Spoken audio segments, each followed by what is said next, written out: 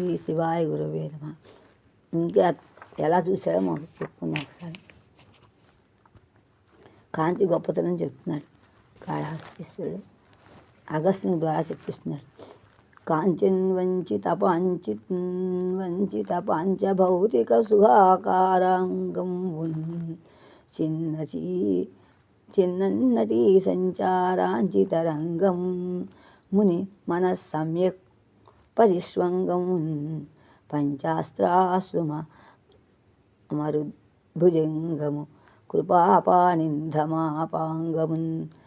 ప్రాంచన్ముక్తి కళత్ర సంగము పణారాజన్ మహాలింగమున్. మహాలింగం ఎలా ఉందిట? కాంచన్ చూశాను. ఎలా చూసేట? వంచిత ప్రాంచభౌతిక సుఖము, పంచభూతముల చేత చేయబడిన భోగముల యొక్క ప్రాంచభౌతికము యొక్క ఆకార అంగమును స్వరూపము దేహంగా కలిగి చితు జ్ఞానములు నర్తకి యొక్క సంచార చక్కా నడక వల్ల సంచార సమ్యగ్రతో శబ్దవస్తు అంచిత అంగమును గొప్పదైనటువంటి నాట్యభూమి అయినటువంటి ముని మౌనుల యొక్క మనస్సు హృదయముల యొక్క సమ్యక్ పరిశ్రంగం అంటే చక్కనైనటువంటి కవులింత కది కవులింత కది అంటే కూడుకోండి కలిసినటువంటి పంచాస్త్ర మన్మథుని యొక్క ఆశు ప్రాణములడు మరుతు వాయువునకు భుజంగమును సర్పమయమైనది కృపాదయ్యకు పాణింధమ అపాంగమును అంటే కొలిమిదిత్తైనటువంటి వ్యాపనకర్త అయిన క్రేగండిని చూపులు కలిగిన ప్రాంచత్ మిక్కిలి ఒప్పుచున్న ముక్తి కళాత సంగమును మోక్షమనే భార్య యొక్క మేళనము కలిగిన అగు పాము పడగ చేత రాజత్ ప్రకాశిస్తున్నట్టు మహత్ గొప్పదైన లింగమును శివలింగమును సూచన చూద్దాం. ప్రాపంచిక సుఖమునకు అతీతమైన దేహము కలది. జ్ఞానం అనేటువంటి నటి యొక్క సంచారము చక్కని నాట్యభూమి అయినది. మునుల హృదయముల సాంగత్యములది. మన్మథుని ప్రాణములనే వాయువులకు సర్పమైనది. దయ్యను ప్రసరింపజేయు కడగంటి చూపులు ఉన్నటువంటిది. మోక్షమనే భార్య యొక్క కలయికది అయినటువంటి పాము పడగల చేత ప్రకాశించిన గొప్ప శివలింగము అగస్త్యుడు దర్శన పాము. ఎంత బాగుంది చూడండి. ఆ పాము ఆ శివలింగం ఎంత గొప్ప అండి. ప్రాపంచ సుఖాలు అతీతమైంది. ఆ దేహం కాదు, శివలింగమే దేహం అంట. జ్ఞానం ఏంటంటే సంచారం చక్కగా నాట్యభూమిట శివలింగం. ముని హృదయంలో సాంగత్యం ఉంది. ముని హృదయంతో స్నేహం ఉందిట. మనుని ప్రాణాలని చంపడానికి వాయువులని సర్పం ఏంట. దయనిచ్చేటువంటి దయ కరుణా కటాక్షుట.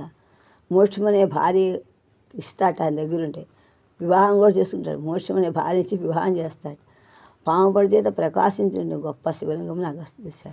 పాణింధము అంటే ఉంగరము పశ్చేరమ్మద పాణింధమాశ్చ అని పాణిసూత్రం. కొలిమి తిత్తి వాయువుని వ్యాపింపజేయు కావున వ్యాపనకర్త అనేటువంటి లక్షణం. ఇంత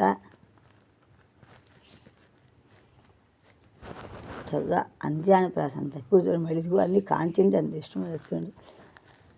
కాంచి వధూయుతుడై ఉతుడై ఐపుల కాంచిత దేహం ప్రణతుడై ధ్యానించెన్ కించిన్ ముకుళిత నయనము కాంచెలుడై మౌని దర్శనానందము. ఎంత బాగా రాశాడు దుర్జడి పద్యం.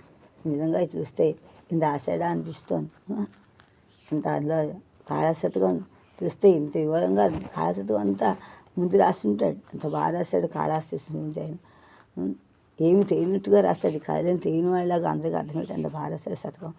కాంచి దర్శించి శివలింగము దర్శించి వధూయుతులను అయి భార్యతో కూడినవాడే పులకాగా గుర్పాటు చేత అంతిత ప్రకాశిస్తున్నటువంటి దేహము శరీరంతో ప్రణతుడే నమస్కరించేవాడే మౌని అగస్త్య మహర్షి దర్శన లింగము శివలింగమును కనుడు చూడటం వల్ల ఆనందముతో సంతోషంతో కించిత్ కొంచెం ముకుళిత అరవిరి మొగ్గ వలె ఆచరించబడిన కొంచెం కళ్ళు ఇప్పకుండా అన్నమాట. అరమోడిపోయిన వాడు అంటే నయనయుగం అంచెలుడు కూర్చొని కందో యొక్క కళ్ళు కలవాడే ధ్యానించాను. ఏకాగ్రత మనస్సును ధ్యేయ వస్తున్నందు శివలింగమందు దృష్టి పెట్టి లగ్నము చేశాను. అరుమపుగా ధ్యానం చేశాను. కాళహస్తీశ్వలింగము దర్శించి భార్యా సమితుడే పలికించిన శరీరముతో నమస్కరించి కాళహస్తీశ్వర లింగ దర్శనం వల్ల కలిగిన ఆనందముతో అగస్త్యుడు కంటి కోణల నుండి కంటి కోణలను మోడ్చి ధ్యానము చేశాను. ముకుళితం ముకుళిమేవ ఆచరితం. ముకుళ వచ్చి క్విప్ వచ్చి తప్పరచయం వచ్చింది. ఎంత బాగా